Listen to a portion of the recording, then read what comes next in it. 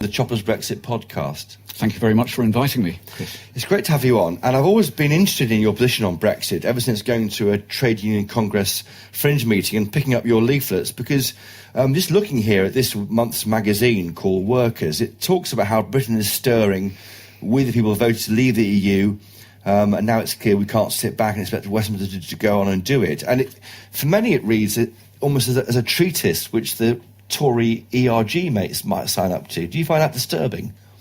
Not at all. I think the position of leave, a clean Brexit, is very widely shared across the country. But so left and right. I mean, left, right, moderate, across the whole spectrum. Increasingly, we feel that left and right are not very helpful labels to understand our current situation, for the reasons you expounded there.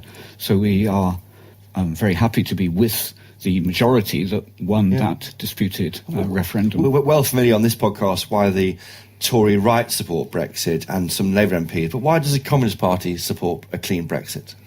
Well, we've always been very much in favour of national self-determination for all nations, which obviously includes Britain as a nation.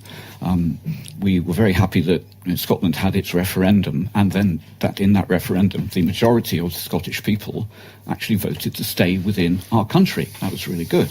And then 2 years later, we had a national referendum whereby the whole people of the country were asked whether we wished to have decisions about the future of the country made by the people of this country, or alternatively made by an unelected European Commission headed by Mr. Juncker, who nobody has voted for. So we want our country our people to have the chance to make their own decisions about their own future. And that way we think it's more democratic, it reasserts the importance of national sovereignty. The two things go very much together. General de Gaulle talked about democracy and sovereignty as being coextensive, and I think he was dead right. So you want to be out of the customs union and single market for those reasons?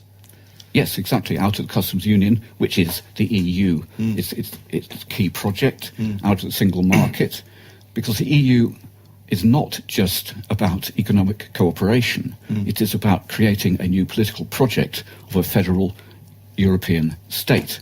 Now, that we think is a far less democratic version of politics than the one we've got in this country now. Is that why you think Jeremy Corbyn secretly supports Brexit, for those reasons? I can't speculate about other people's motives in this. I try not to forecast, I try not to speculate, I try to stick to the facts. Jeremy, for many years, was very vigorously against the EU on the grounds that it was undemocratic, it infringed our sovereignty, and its economic policies were bad for the country. During the referendum campaign, he campaigned strongly for staying in. I wouldn't say strongly, that's a moot point. He addressed dozens of meetings. He organised lots of events. The Labour Party, on the whole, campaigned strongly. What's your reaction then to him supporting a second referendum? Do you think he's betraying his roots, or what he believes in, or used to believe in? Well, certainly that, but also their manifesto commitment was to respect the referendum result, as was the Conservatives.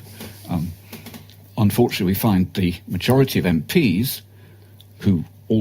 most of whom went for the pro-EU point of view, are now in Parliament stymieing the efforts of their party leaders, pushing those party leaders into supporting either an extension of Article 50, which means not leaving, or to support May's Remain a deal, which means not leaving, or to support a second referendum with the intention of not leaving, all of which fly in the face of the 17.4 million vote by a majority in a referendum deemed fair by the Electoral Commission.